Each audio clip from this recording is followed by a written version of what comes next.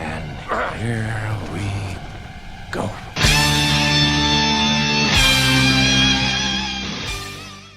Yo, what is happening, you dirty buttholes? Galactic Criminal here, and today, yet again, we have a brand new single from Immortal, Disfigurement. I really enjoyed their last single, which I do believe was the title track for their upcoming debut album releasing in January. Honestly, I feel like these singles have been getting better and better every time, so I am hoping this one continues the trend. With that said, Immortal Disfigurement. Force-fed. 1, 2.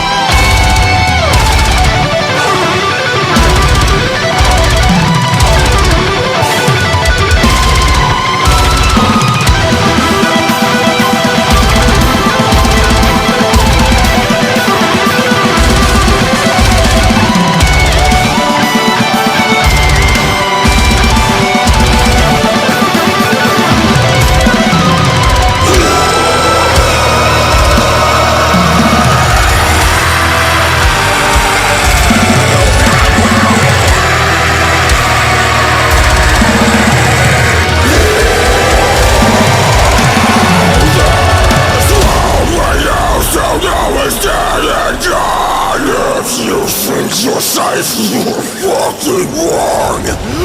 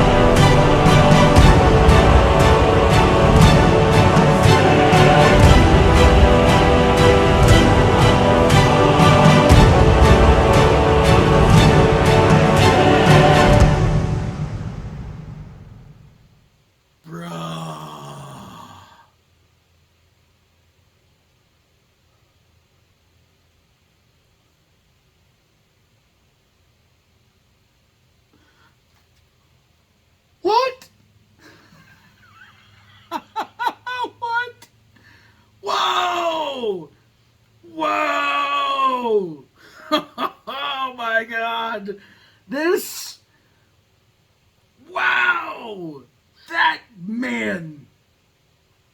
track by itself turned me on this band from okay to oh, that is how you freaking do it, man. That is more like it.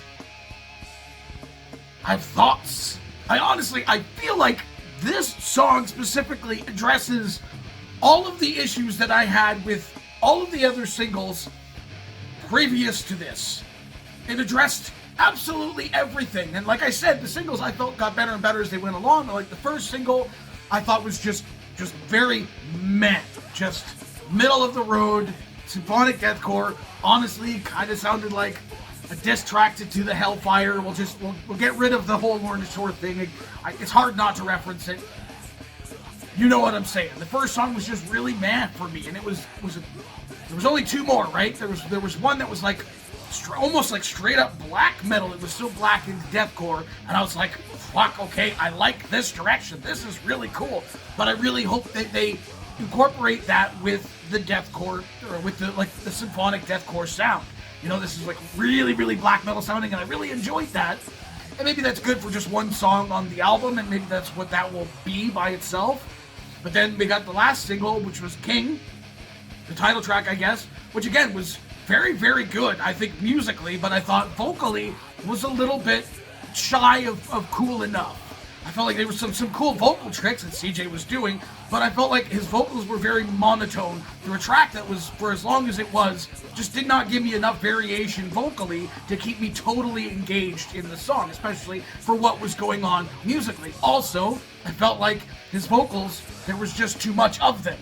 For the song as long as it was, and for the cool stuff that was happening musically, he was singing over it almost the entire time. There was very, very few breaks, very seldom breaks in the vocals to kind of let the band showcase their sound. Now, I do kind of feel like this track had a little bit of that. Again, his vocals being non-stop the entire time.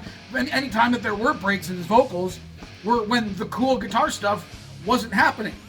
There was some cool melodic guitar stuff happening during the verses in sections of this song that I feel would have been cooler left by themselves as like open moments, or leave some of that moment open so that we can hear that guitar melody more so than just the vocals on top. But I just the brutality of the vocals just pulled me through this entire track. Again, the variety of vocals was fantastic on this. The beginning of the song, opening with some lows, but a lot of mids, and having that mid be the sort of like the stand, the bass. It's the bass of like the vocals for most of this track. And then he went like he did some little bit of highs here and there for like some accent moments, get down into the gutturals again for just a really sick low moments. Again, you can hear a lot of the production that goes into making it sound a lot more sick than it probably is just like live, I guess you would say. But it just on the recording at least, it sounds really, really good in the lows. The mix, I mean, sounded really good when it came to like the lows, the breakdown moments, which there were a plethora of them in here. But then we also did at one point get a solo break moment in the middle of the song, which for a song as long as it was, I do kind of wish was a little bit longer before he went back into the vocals. Again, like I was saying before, you're populating too much of your song with verses, breaking it up a little bit, or making the song just shorter in and of itself might have done a little bit justice for it. But they didn't want that. And then, and what they did, I thought, was again still pretty cool.